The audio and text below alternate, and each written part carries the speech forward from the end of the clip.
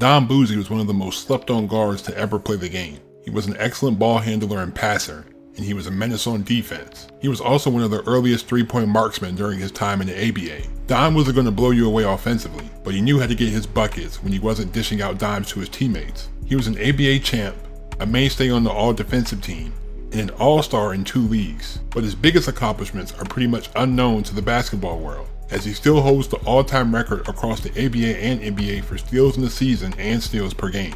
Don had a quiet but extremely productive career, especially coming from then Division II Evansville, but he's still unknown to a lot of fans, and today's video will shed light on his underrated career. Welcome to PC Hoops, and let's get down to it.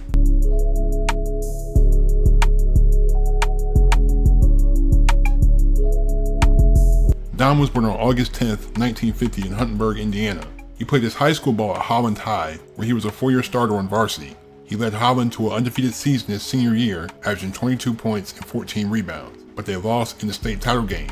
Don was named an Indiana All-Star for his accomplishments on the court. He would commit to play for the legendary Eric McCutcheon at Division II Evansville. He averaged 16 points and 6 assists as a freshman, leading the Purple Eagles to a national title in 1971.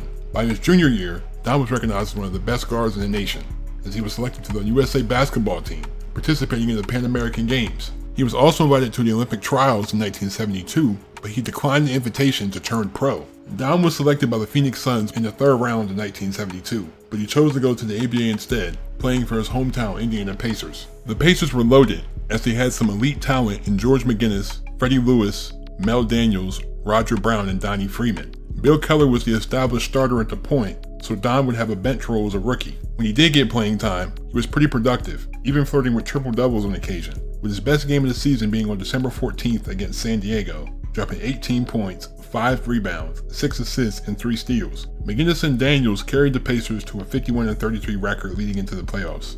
For his rookie season, Don averaged 5.5 points, 3 rebounds, and 3 assists. He was buried on the bench in the pro season, only averaging about 12 minutes a game, but the Pacers made it all the way to the finals, beating the Colonels in 6 games. Even in his limited role, Don shot 36% from 3 in the playoffs, as he was a champion in his rookie season. In 1973, Don moved to the shooting guard position, splitting time with Donnie Freeman. His minutes would increase, as now with steals being recorded, his defensive impact could be measured. He had 16 games with 3 or more steals, and he was taking a lot more 3-pointers this year. He had a breakout performance on February 13th against San Diego, where he put up 23 points, 8 rebounds, 6 assists, and 5 steals on 9 of 12 shooting, including 3 for 3 from the 3-point line. Don averaged 5.5 points, 3.5 rebounds, 3.5 assists, and 2 steals, as Indiana's 46-38 record led them to a semifinal matchup against the Spurs.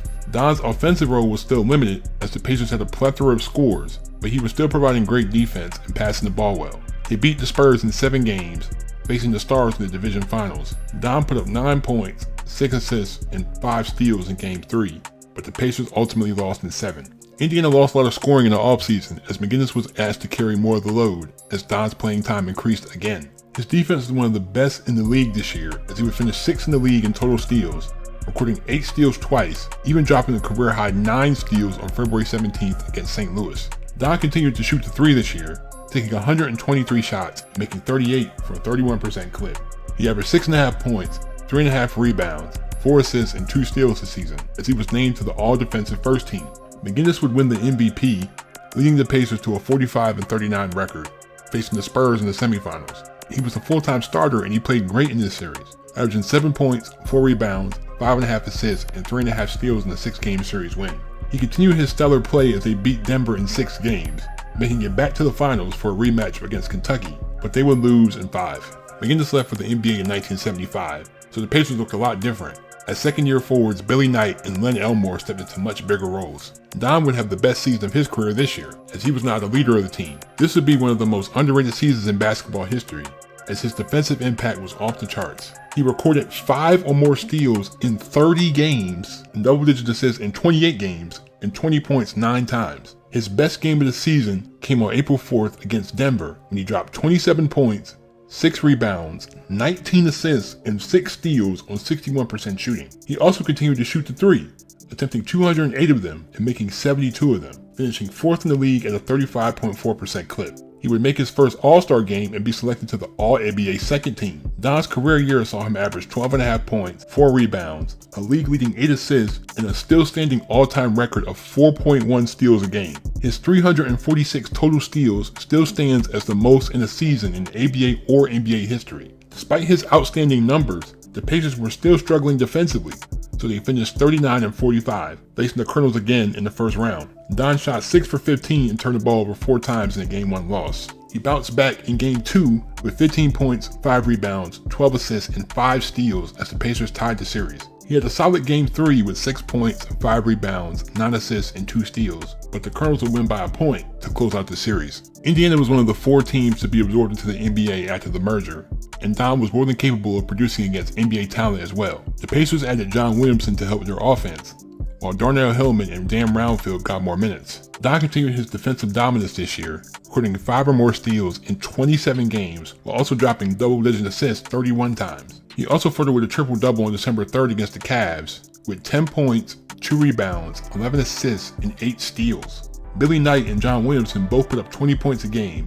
but the Pacers were extremely average, finishing 36-45, missing the playoffs. Don averaged 8 points, 3.5 rebounds, 8.5 assists, and 3.5 steals. The Pacers were going into a full rebuild in 1977, so they traded Don to the Suns for Ricky Sobers, but he was going into a great situation in Phoenix, as he had a high-scoring wing tandem of Walter Davis and Paul Westphal, along with a solid big man in Alvin Adams. Don would be the starting point guard in their fast-paced attack. He recorded 5 or more steals 9 times, and he scored in double figures 36 times. He averaged 8.5 points, 3 rebounds, 5 assists, and 2.5 steals. The Suns' offense was one of the best in the league, as Davis and Westphal both averaged 25 points, while on the defensive end, point guard Ron Lee averaged 3 steals a game off the bench. Phoenix finished 49-33, facing the Bucks in the first round. Don was scoreless in Game 1, as the Suns lost by 8. He put up 8 points, 3 rebounds, 3 assists, and 3 steals in Game 2, but Phoenix shot 39% from the field as the Bucks won by 4 and closed out the series. The Suns got a lot better in 1978 by adding Truck Robinson, an elite rebounder and inside scorer. Don continued his usual play, recording 2 games with 7 steals, but he failed to drop double-digit assists this season. He averaged 8 points, 2.5 rebounds, 4.5 assists, and 2 steals this season, as Phoenix finished 50-32, beating the Blazers and the Kings in the first 2 rounds, before meeting the Sonics in the conference finals. The Suns went down 0-2 before winning 3 straight. Don only scored 6 points in Game 6 as Seattle tied the series. He put up 6 points, 8 assists, and 2 steals in Game 7, but the Sonics destroyed them on the boards as they won by 4 and went to the finals. The Suns kept the same lineup in 1979 as they continued to improve. The NBA added the 3-point line this year, as Don was 3rd on the team with 79 attempts. He was still decent defensively, recording 3 games with 5 or more steals. Truck played very well in his first full season with the Suns, while their wing duo both scored over 20 points a game again. Don averaged 8 points, 3 rebounds, 4.5 assists, and 1.5 steals this season, as the 55-27 Suns faced the Kings in the first round, easily winning in 3 despite modest production from Don. The Lakers were next, but it was pretty clear that they were overmatched, as they went up 3-0 in the series. Don put up 17 points, 4 rebounds, and 6 assists, along with 3 3-pointers as they finally got on the board in Game 4, but he only scored 1 point in Game 5 as the Lakers blew them out to close the series. The Suns wanted more production from the point guard spot, so Don was traded back to the Pacers for a 2nd-round pick. Don was reunited with his old teammates, Billy Knight and George McGinnis, but this was a much different Pacers team compared to their ABA days. Johnny Davis was a starter, so Don came off the bench, playing the lowest amount of minutes since his rookie season. His best game was on January 14th against Detroit, with 13 points, 2 rebounds, 6 assists, and 4 steals. Indiana relied on their defense this year, but they were still a middle-of-the-road team.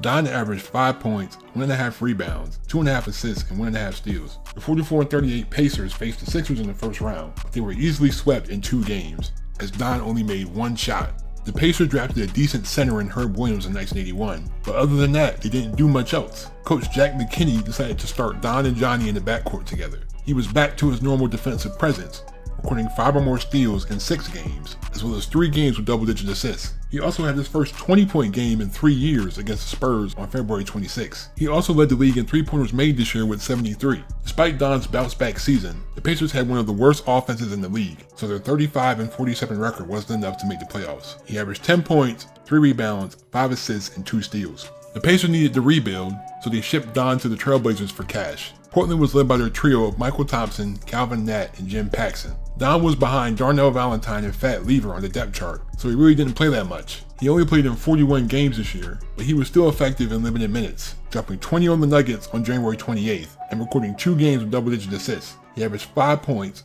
1.5 rebounds, 3 assists, and a steal. Portland finished 46-36, making it to the second round before losing to the Lakers in 5, as Don was buried on the bench. He was waived by the Blazers in the offseason, so he signed with the Kings to begin 1983. Kansas City was far from contending, but they had solid pieces in Eddie Johnson, Larry Drew, and Reggie Theus. Don would play another bench role this season, as he had become a reliable three-point shooter and defender for the Kings. He was still a pest on the defensive end, recording 3 or more steals in 9 games. Kansas City was a middle-of-the-road team, but the 38-44 record was enough to make the playoffs. Don averaged 5 points, 1.5 rebounds, 4 assists, and a steal. The Kings faced the Lakers in the first round, but they were easily swept as Don put up minimal contributions. The Kings were on their way out of Kansas City in 1984, but they didn't really change much from the previous year, as Don kept the same limited role. He scored in double figures 5 times, with his best game of the season being a 17-point, 4 rebound, and 4 assist effort on December 18th against the Suns. The Kings gave up a lot of points, so their 31-51 record wasn't enough to make the playoffs. In his final season, Don averaged 3.5 points, 1 rebound, 3 assists, and half a steal. Don retired after this season, returning to coach the now Sacramento Kings as an assistant in 1987, before going back to his alma mater in a consultant role. Don Buse wasn't a player that would score a bunch of points, but he shined as a playmaker and a perimeter defender, having one of the most underrated 2-year stretches ever. He still holds 2 records that have yet to be broken after almost 50 years. He was the heart and soul of those successful Pacers teams of the early 70s, and although he never had eye-popping stats, he was someone that would do the little things that helped you win a game. Thank you for watching. I really appreciate you guys. I don't know, I was just looking on the all-time leaders for steals, and I seen this guy, like, he averaged 4 steals a game, and nobody's talking about it. Like, I understand, you know, people don't feel like the ABA is real. They don't really count the ABA, but I count the ABA because that's still professional basketball at the end of the day. Like, 4 steals a game is unbelievable. Like, and I don't think anyone's going to break that record. I mean, the kid from Atlanta, Dyson Daniels, he's having a great season, but I think that's the closest anyone will ever get to that record. This is just a very underrated guy I wanted to highlight. Thank you for watching. I really appreciate you guys. Thanks for all the support on the channel. Leave a like, be safe, have a great day. Hit that subscribe button. I'm out. Peace.